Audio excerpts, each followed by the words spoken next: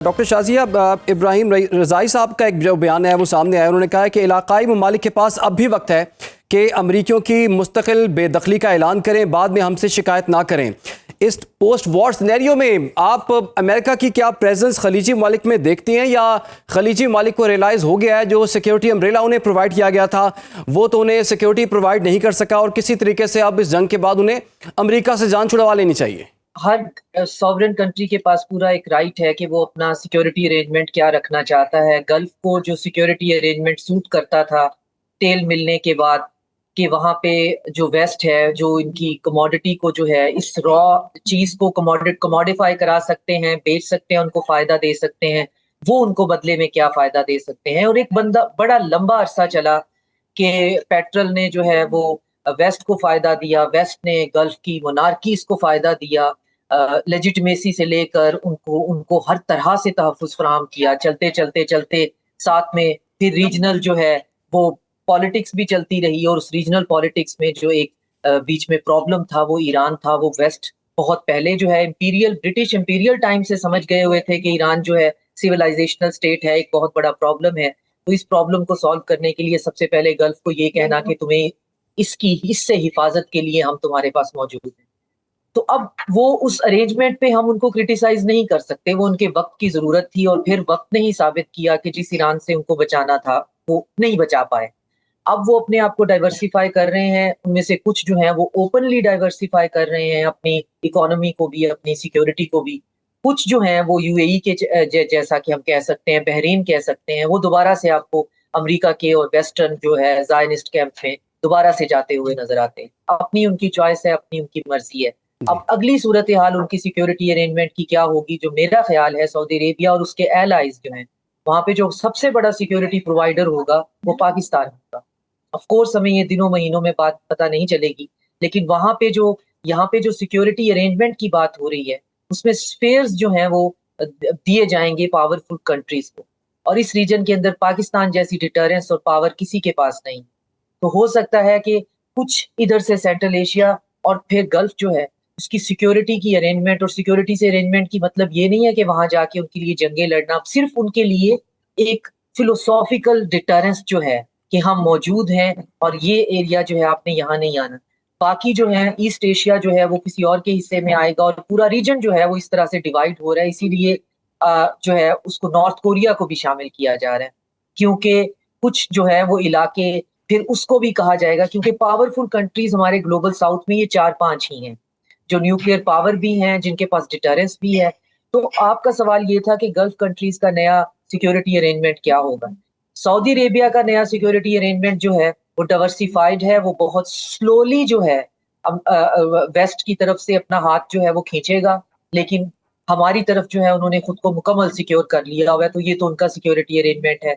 UAE ने अभी decide नहीं किया है, वो अभी भी इज़राइल पे रिलाई कर रहे हैं, नए थॉट मिसाइल भी उन्होंने बाहर से ऑस्ट्रेलिया से मंगवाए हैं, जो आयरन डोम की बैटरीज भी उन्होंने इज़राइल से मंगवाई हैं, तो वो एक और कैंप में नज़र आते हैं। तो वक़्त बताएगा कि उनका सिक्योरिटी अरेंजमेंट क्या होता है। लेकिन ब्रॉडर सिक्योरिटी अरेंजमेंट में जो सबसे बड़ा मसला है, जो कि इज़राइल को और यूएई को और अमेरिका को सूट नहीं करेगा, इंक्लूडिंग इंडिया, वो ये है कि ईरान को इंटीग्रेट कर दिया जाए इस पूरे जो रीजन है। ईरान की इंटीग्रेशन से होगा ये कि बहुत से ऐसे होक्स और फ्रॉड जो चल रहे हैं सिक्योरिटी के नाम पे, वो वैसे ही खत्म हो जाएंगी, उनकी लॉजिकल जस्टिफिकेशन ही खत्म हो जाएगी। सही। तो ईरान जो है उसको बहुत हौसले के साथ, अभी मेरी अपनी अंडरस्टैंडिंग ये है कि बेशक वो ये समझता है कि न्यूक्लियर जो है वो अमेरिका ने जंग जो है वो इनरिचमेंट के लिए नहीं की है, वो इसके टुकड़े ही करने आया था। बेशक ये सही है कि वो अभी भी जंग की तैयारी करने के लिए इस पे बिल्कुल तैयार है। लेकिन ईरान को इस वक़्त चाहिए कि अपने एलाइज़ और पार्टनर्स के साथ फ़िलहाल कोई ग्रेसफुल एग्ज़िट देता हुआ, चाहे वो कितनी ही रिटॉरिकल क्यों ना हो, क्योंकि इस वक़्त उनके पास कोई टेंजिबल उनको ग्रेसफुल एग्ज़िट तो मिल ही नहीं सकती। जो भी है रिटॉरिकल है। वो देने के बाद जो है, इनसे जान छुड़वाएँ, और फिर अगर इनको 15 या 20 साल का भी स्ट्रैटेजिक पॉज़ मिलता है, हम्म। तो हमारा पूरा रीजन जो है वो कंसोलिडेट कर जाए।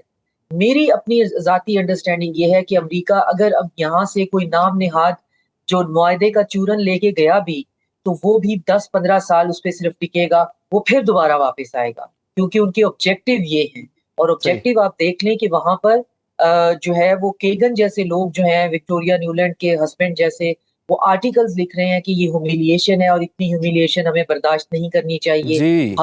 हम एक पावर हैं वगैरह वगैरह।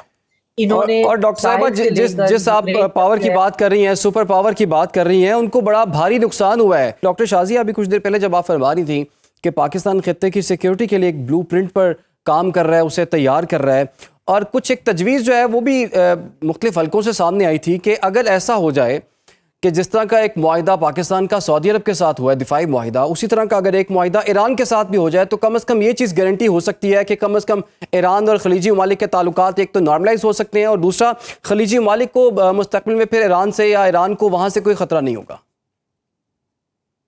नहीं, उस ब्लूप्रिंट में ये बिल्कुल नहीं है कि पाकिस्तान जो है वो सिक्योरिटी मुआहदे जो है, मेरे इल्म में तो नहीं है कि सिक्योरिटी मुआहदे करेगा, क्योंकि उसका फ्रेमवर्क ही ऐसा नहीं रखा गया है कि जिसके अंदर जो बायलैटरल मुआहदे शामिल हों। हमारा सऊदी अरेबिया के साथ जो मुआहदा है वो उसकी नौयत अलग है और वो रहेगा। लेकिन उस सिक्योरिटी अरेंजमेंट में इंडिविजिबल सिक्योरिटी की बात है कि कोई जो नॉन एग्रेशन की पॉलिसी है वो सब मिलकर किसी ट्रीटी पे साइन करेंगे और पूरा रीजन करेगा। तो ये नहीं होगा कि एक मुल्क जो है वो दूसरे के लिए, हाँ जो करीब के मुल्क हैं उनके ऊपर किसी किस्म के हमलों की सूरत में ये मौजूद होगा कि जी वहां पे कौन सा एक जो मिडल जो टियर का पावर है वो उस रीजन में मौजूद है। तो ये जो है स्फेयर्स के अंदर एक एक पावर, तो साउथ एशिया और सेंट्रल एशिया और गल्फ में जो यहाँ पे एक ताकत है जो कि बनियानुल मरसूस ऑपरेशन के बाद खुलकर सामने भी आई है, जिसको दुनिया को भी दिखाया, वो हम हैं। तो हम उसके लिए क्वालिफाई करते हैं यहाँ पे। तो इसी तरह इस स्फेयर के अंदर हम जो है सिक्योरिटी को स्टेबलाइज करेंगे just by our presence, our deterrence. हम सिक्योरिटी पैक्ट नहीं होगा। ईरान का जो है ऑलरेडी स्ट्रेटेजिक जो है वो मुआहदा रशिया के साथ मौजूद है, और उस स्ट्रेटेजिक मुआहदे में तब भी रशिया ने कहा था कि आप इसके अंदर सिक्योरिटी क्लॉज ऐड कर लें, तो ईरान ने नहीं किया था। हो सकता है वो उसी के अंदर जो है वो सिक्योरिटी क्लॉज ऐड कर ले, लेकिन वो एक अलग अरेंजमेंट है, ये बायलैटरल है।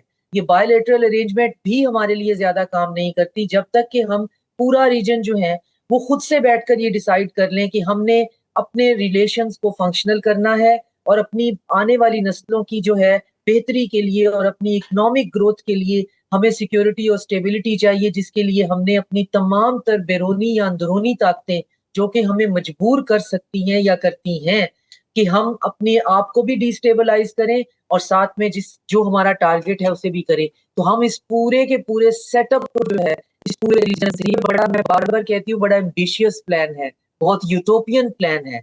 लेकिन मुझे इससे बड़ी तकवीत मिली जब मुझे कल पता चला कि जी चाइना और रशिया जो हैं उनके प्रीमियर्स खुलकर इस पे बात भी कर रहे हैं। ये अब सिर्फ खबरों की हद तक नहीं है, ये सिर्फ आपको अभी डॉक्यूमेंट्स में, थिंक टैंक्स में आपको ढूंढ ढूंढ के मिलने वाली बात नहीं है, वो खुलकर भी कह रहे हैं। और साथ में ये कि अगर नॉर्थ कोरिया शामिल हो जाता है तो फिर अमेरिका भाई साहब जो हैं वो इस खित्ते में सुकून से, इज्जत से अगर जाना चाहते हैं तो चले जाएं, वरना अगर रहना चाहते हैं तो रह लें, क्योंकि जिन पे हमले के लिए वो बैठे हुए हैं उनको प्रॉब्लम नहीं है। उनकी जो रीसेंट तैयारी है वो कहते हैं जी हम इसराइल अगर हम पे न्यूक्लियर अटैक भी करता है तो हम उसकी भी प्रैक्टिस कर रहे हैं।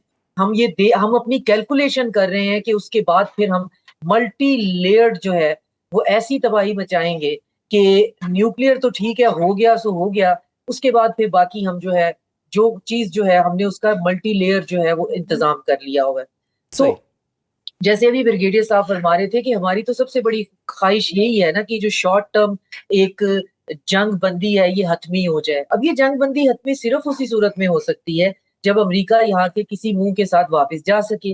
अब आप if we just put ourselves in America's shoes, तो हम क्या करें इसके बाद जाके वहां पे, क्या चूरन बेचें वहां पे जाके कि हम वहां पे गए तो थे ईरान के टुकड़े करने, तो ईरान के तो हमने क्या टुकड़े करने थे, स्टेट ऑफ हुर्मुज हम बंद करवा के आ गए हैं।